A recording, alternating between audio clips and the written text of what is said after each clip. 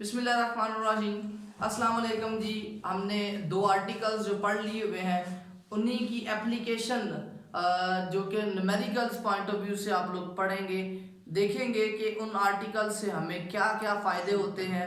मैंने 3 प्रॉब्लम्स जो हैं वो बोर्ड के ऊपर लिखी हैं। इन तीनों प्रॉब्लम्स को हम देखेंगे इनमें किस तरह से क्रॉस और डॉट प्रोडक्ट इस्तेमाल होती है।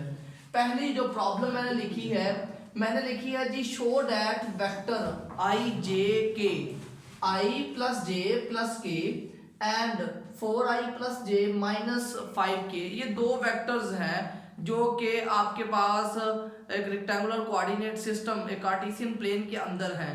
कहता है कि आपने साबित ये करना है कि ये दोनों वेक्टर्स एक दूसरे के परपेंडिकुलर हैं। आपने रूटीन में पढ़ा हुआ है जी, एक्स और वाई एक्सिस दोनों एक दूसरे के परपेंडिकुलर हैं। लेकिन अगर मैं कह दूं जी मेरे पास ये वेक्टर ही कुछ ऐसे हैं, ऐसे पड़े हुए, तो क्या ये परपेंडिकुलर नहीं है? They may be perpendicular. This vector may be 4i plus 5j plus so on, जो भी आपके पास लिखे हुए हैं वो है, और ये वेक्टर आपके पास i प्लस जे प्लस के हो सकता है। तो मतलब कहने का ये हुआ कि हमने बस ये शो करना है कि ये वेक्टर एक दूसरे के परपेंडिकुलर हैं। उसके लिए हम बात करते हैं अपनी स्केलर प्रोडक्ट की। स्केलर प्रोडक्ट पे हमने कहा था कि अगर आप दो वेक्टर्स के दरमियान स्केलर प्रोडक्ट लेंगे तो उनका रिजल्ट 0 आता है। मतलब कहने का क्या है, अगर हम आई dot B A dot B की बात करते हैं तो आपके पास A B cos of theta के बराबर है, और अगर परपेंडिकुलर होंगे तो थीटा 90 डिग्री। तो ए डॉट बी जो होगा वो 0 है for A is perpendicular to B. तो ये वो बात है, एक एप्लीकेशन है, एक कैरेक्टरिस्टिक्स है जो आपने पहले सीखी हुई है। अब इसी में अगर हम बात करते हैं, आप कह दें जी मेरे पास 4i प्लस जे माइनस 5k, ये वेक्टर जो है इसको आप a कह दें, और b के लिए आप कहते हैं जी i plus J plus k। कोई कबाहत नहीं है अगर आप वेक्टर a और वेक्टर b को रिप्लेस भी कर देते हैं, आप a b वाले को भी लिख सकते हैं, कोई एतराज वाली बात नहीं है। अगर हम इन दो की डॉट प्रोडक्ट लें तो डॉट प्रोडक्ट में हमारे पास क्या होगा जी, हमारे पास अगर इनका आंसर आ जाता है 0, डॉट प्रोडक्ट लेते हुए अगर इनका आंसर आ जाता है 0, तो 0 आंसर का मतलब है कि ये दोनों वेक्टर्स एक दूसरे के परपेंडिकुलर हैं। तो यहां पर फाइंड कर लेते हैं a डॉट बी, आपके पास आ जाएगा 4i plus J minus 5k dot product i plus J plus k। अब हमें पता है जब आप डॉट प्रोडक्ट लेते हैं तो i वाला i के साथ लिखा जाता है 4 इंटू 1 प्लस j वाला j के साथ 1 इंटू 1 प्लस k वाला k के साथ माइनस 5 इंटू 1। इसको आप ओपन करें, 4 plus 1 minus 5, the answer is 5 minus 5 that is equal to the 0। तो आप देखें जी हमने इन दो वेक्टर्स की डॉट प्रोडक्ट ली है, और उन दो वेक्टर्स की डॉट प्रोडक्ट लेने के बाद आंसर आपके पास आ गया 0। तो आंसर 0 आने से मुराद ये है कि आपके पास ये दोनों वेक्टर्स एक दूसरे के परपेंडिकुलर हैं। अगर आंसर 0 के अलावा कुछ भी आ जाता, positive negative fraction terminating non terminating कुछ भी आता, वो वेक्टर कभी भी दूसरे वेक्टर के परपेंडिकुलर ना होता। तो यहाँ पर जो आपके पास आंसर का एग्जैक्टली 0 आ गया है, it indicate that these two vectors are perpendicular to the each others. अब सेकंड न्यूमेरिकल की तरफ आते हैं, वो हमें कहते हैं जी magnitude of dot and cross product. आपके पास a डॉट b जो है उसकी जो मैग्नीट्यूड गिवन है वो हमें गिवन है 6 इंटू स्क्वायर रूट 3। इसी तरह a क्रॉस b वेक्टर जो है उसकी हमें मैग्नीट्यूड गिवन है 6।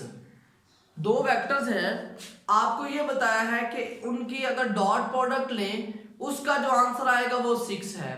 अगर उन दो वेक्टर्स की क्रॉस प्रोडक्ट लें तो उसका आंसर 6 और स्क्वायर रूट ऑफ 3 इंटू 6 आएगा। बताएं जी उन दो वेक्टर्स के दरमियान एंगल कितना है। मतलब हमें दो वेक्टर्स की डॉट भी बता दी गई, हमें क्रॉस प्रोडक्ट भी बता देगी। हमसे पूछा जा रहा है कि बताएं उन वेक्टर्स के दरमियान एंगल कितना है। तो उसको शुरू करने से पहले जी हम कहते हैं a डॉट b के लिए हम लिख सकते हैं जी a b cos of theta that is equal to the 6 into square root of 3। इसी तरह a क्रॉस b की अगर हम बात करते हैं तो a b sine of theta into 6। मैंने यहाँ पर जो है n यूनिट वेक्टर यूज नहीं किया क्योंकि हमें मैग्नीट्यूड गिवन है। स्टूडेंट अगर आप इन इक्वेशंस को नोट करें तो आपके पास क्या बनता है जी A B cos theta is equal to the 6 square root 3 and A B sine theta is equal to the 6। हम इन्हीं दो की रेशो ले लेते हैं। रेशो लेने के बाद ए बी से कैंसिल आउट हो गया, यहां से 6 इस 6 से कैंसिल आउट हो जाएगा। क्या रिमेनिंग है आपके पास जी cos of theta over sine of theta is equal to the square root 3। अगर आप इन दोनों को उलट देते हैं तो आपके पास एक डेफिनेशन बनेगी टेन थीटा की, और टेन थीटा के मुताबिक आपने पढ़ा था टेन थीटा जो होता है that is equal to the sine theta over cos theta. तो आपके पास आ जाएगा sine theta over cos theta that is equal to the 1 over square root 3। This is equal to the tan of theta. अब आपने theta निकालना है that will be equal to the tan inverse of 1 over square root 3। तो आप देखें जी हमने एक question जिसमें डॉट एंड क्रॉस प्रोडक्ट बताए हुए थे। अब यहाँ पर जो एंगल आपको मिलेगा ये एंगल क्या कौन सा एंगल होगा, this is angle between A and B. तो ए एंड बी के दरमियान जो एंगल निकलेगा that is equal to the 30 degree. तो आपने इनकी डॉट प्रोडक्ट ली, इनकी डॉट प्रोडक्ट को सॉल्व करने के बाद आंसर ये आ गया। जब आप इसी आंसर को कन्वर्ट करते हैं रेडियंस में तो आपके पास आ जाता है π/6। तो आप इन दोनों को जो है वो पर्टिकुलरली साइमल्टेनियसली लिख सकते हैं। उसके बाद आ जाती है जी क्रॉस प्रोडक्ट की एक एप्लीकेशन। क्रॉस प्रोडक्ट की एप्लीकेशन और उसको एक्सपैंड करना हमने क्वेश्चन में आर्टिकल में सीख भी लिया था। यहाँ पर अब हमें प्रैक्टिकली इसको देख लेते हैं। कहता है जी कंसीडर एक फोर्स, आपके पास एक फोर्स है एक्टिंग ऑन अ पॉइंट, एक किसी पॉइंट इस पॉइंट पर एक्ट करती है। कहता है what is torque in newton metre about origin. मतलब मेरे पास ये ओरिजिन है और ये कोई पॉइंट समझ लें, इस पॉइंट पर फोर्स लग रही है, ये फोर्स जो है उसकी डायरेक्शन बता दी है और इस पॉइंट की आपको डायमेंशंस बता दी गई हैं और फोर्स की भी बता दी गई है। जब आप इस पर फोर्स लगाएंगे तो ये बॉडी कुछ यूं रोटेट करेगी, घूमेगी। तो कहता है कि ये बॉडी इस ओरिजिन के अबाउट घूमती है, बताएं ओरिजिन के अबाउट उसका टॉर्क क्या होगा। उसके लिए हमें टॉर्क की डेफिनेशन का पता होना चाहिए। Torque is equal to the R cross F.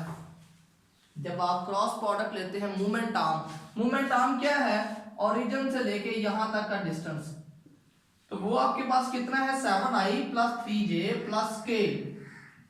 तो आपने क्रॉस प्रोडक्ट लेनी है तो हमें क्या करना पड़ेगा, पहले आप यूनिट वेक्टर्स लिखेंगे i j एंड k।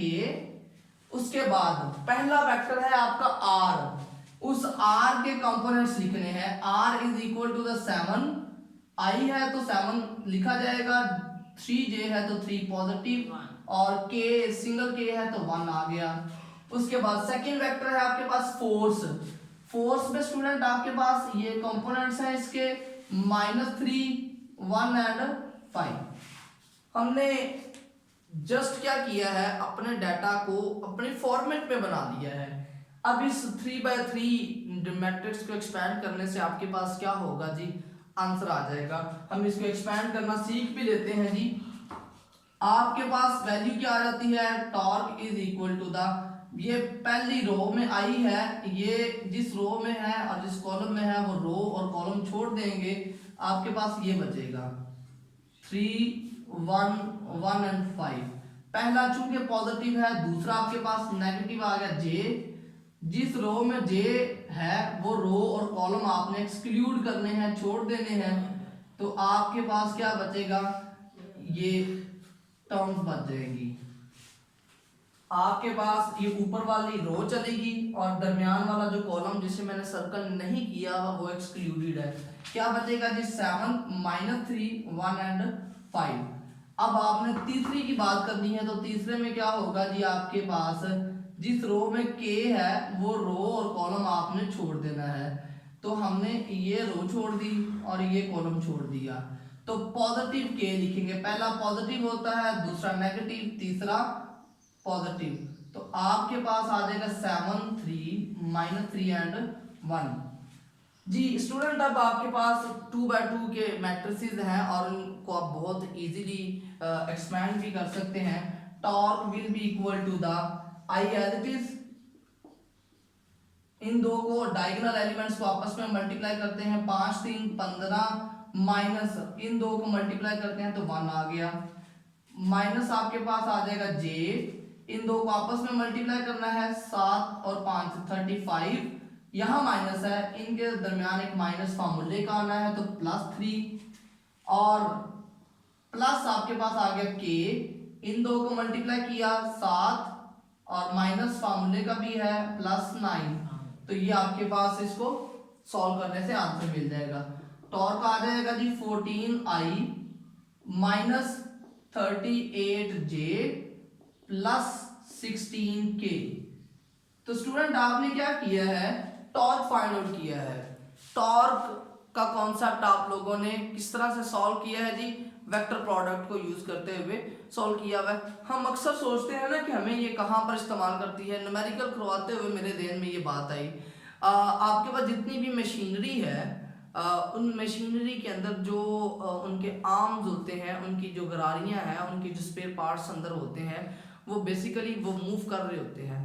अब उनका एक पर्टिकुलर एंगल पे मूव करना बहुत ज़रूरी होता है। तो टॉर्क और के कॉन्सेप्ट, पेवेटेड टॉर्क्स, टॉरेंशियल टॉर्क्स, ये सारे के सारे कॉन्सेप्ट्स आपके पास हैवी मशीनरी के अंदर यूज़ हो रहे होते हैं। होप सो जी आप लोगों ने इन दो लेक्चर्स में क्रॉस प्रोडक्ट और वेक्टर प्रोडक्ट जो है और स्केलर प्रोडक्ट की आपको ऑब्जर्वेशन भी मिल गई और उनसे रिलेटेड हमने 2-3 एग्जांपल्स भी सॉल्व कर ली हैं जी। अपना बहुत ज़्यादा ख्याल रखिएगा। Thank you very much. अल्लाह हाफिज़।